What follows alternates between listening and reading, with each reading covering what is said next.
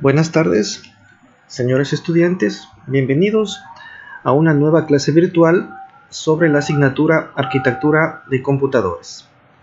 En la presente clase pues vamos a conversar sobre otras arquitecturas de computadores diferentes a la arquitectura de von Neumann. Recordemos que la arquitectura de von Neumann es la arquitectura actual con la que todos los computadores modernos trabajan.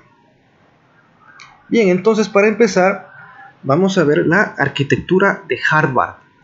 Entonces esta arquitectura pues tiene la característica de que utiliza dos memorias diferentes, que las mismas que son independientes entre sí. Una memoria para los datos y otra memoria para las instrucciones o los programas.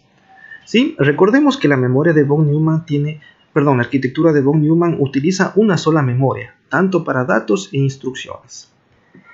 Bien, entonces Harvard, la arquitectura Harvard, bueno, pues el nombre proviene de la computadora Harvard Mark I, que almacenaba instrucciones en cintas perforadas y los datos en interruptores. Sí, recordemos pues que los programas en las primeras generaciones de computadoras utilizaban cintas perforadas. Entonces pues esta es una arquitectura interesante, pero bueno, ya no utilizada en la actualidad. ¿Cuáles son las ventajas de la arquitectura Harvard?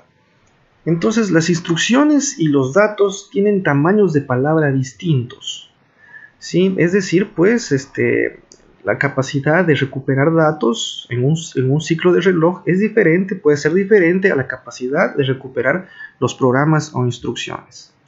Memorias de distinto tamaño. Hago énfasis en que cuando hablamos de memoria nos referimos a la memoria RAM, a la memoria principal, ¿sí? Entonces dice que las memorias pueden tener distinto tamaño, asimismo distinto costo, y los bits de direccionamiento son asimismo distintos. El acceso a las direcciones de la memoria son distintos. Incluso pues pueden tener memoria con distinta tecnología, ¿sí? Por ejemplo, no sé, una memoria dinámica, otra memoria de mayor velocidad, etc.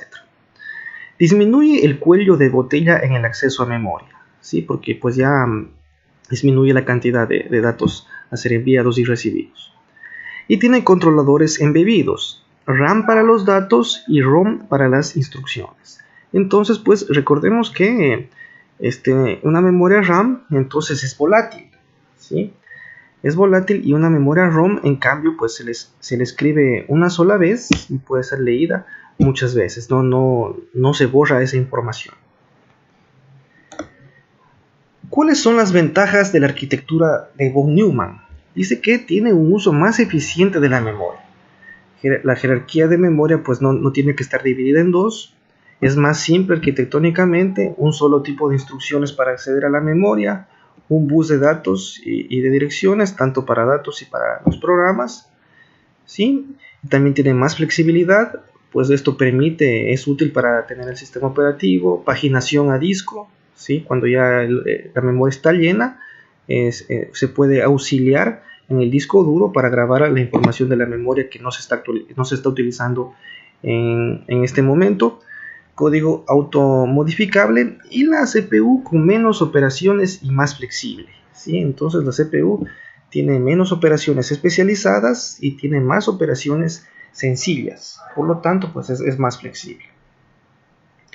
Aquí tenemos en la gráfica, en la parte superior, la arquitectura de von Neumann, y en la parte inferior la arquitectura de Harvard. Entonces tenemos que en la arquitectura de von Neumann, la CPU se comunica con la memoria y la memoria almacena datos e instrucciones. En cambio, en la arquitectura de Harvard tenemos dos memorias, una memoria para los datos y otra memoria para las instrucciones. Bien, otra arquitectura de computadores tenemos la arquitectura multiprocesador, en la cual cada procesador está conectado a la memoria principal de la computadora. Y a su vez la memoria principal está conectada conjuntamente con los procesadores a los dispositivos de entrada-salida o periféricos. Aquí la característica principal es de que cada procesador tiene una memoria local, Y esto es importante porque las operaciones entonces se los realiza a mayor velocidad. Cuando esta memoria local se llena, entonces ya hace uso de la memoria principal, que obviamente es más grande, ¿sí? Y también pues se comunica ya con los dispositivos periféricos. Bien, entonces, ¿cuáles son las ventajas de una arquitectura multiprocesador? Es de que permite el procesamiento paralelo. Esto es muy útil, por ejemplo, en investigación, en computación científica, en cálculos, ¿sí? Asimismo, la cercanía entre CPUs permite altas tasas de transferencia de datos. Como desventajas tenemos que no todo es paralelizable y también pues es difícil, se necesita pues un programa que esté indicando cómo se dividen las tareas en la paralelización. Tenemos también problemas de coherencia o actualización de la memoria local con la memoria principal.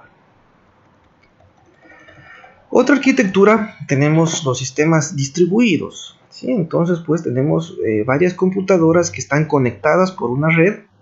Cada computadora tiene su memoria y sus dispositivos de entrada-salida. Pero pues las tareas entonces pueden ser distribuidas, es decir, esta computadora actúa como un nodo y realiza un segmento de una tarea, de un proceso. Lo mismo acá, también hace un segmento, el segundo procesador hace un segmento y así sucesivamente. Entonces pues la tarea se la hace más sencilla, se la divide en diferentes pasos, ¿sí? Y cada procesador se encarga de ejecutar una parte de la tarea, lo que hace pues más poderoso el procesamiento. Esta arquitectura es muy poderosa, ¿sí? Entonces, por ejemplo, pues cuando una tarea es muy grande, entonces desde una computadora yo puedo enviar a un sistema distribuido que haga la tarea y el resultado lo devuelve a la computadora que solicita el servicio. Existen pues, por ejemplo, en Java algunos mecanismos para la programación distribuida.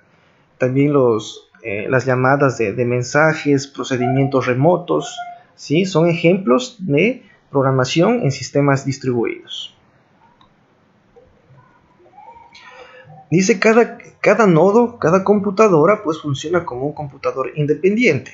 Se comunican por red, existen diferentes topologías, estrella, anillo, etc. Es decir, pues cada computadora puede trabajar de forma independiente o también puede trabajar en forma conjunta en la red, en este sistema distribuido, como un nodo más, como una parte más, como un procesador más en este sistema distribuido.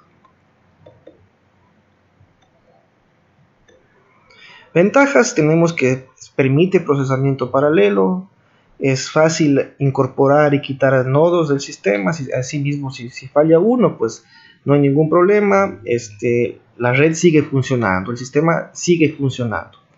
Desventajas, no todo es paralelizable, ¿sí? Al igual que el dato anterior, hay un overhead en la transferencia de datos que es mayor, y problemas con coherencia de memoria. Entonces se necesita pues un programa que controle, que gestione las tareas de cada nodo y asimismo una todo ese trabajo y lo presente en uno solo.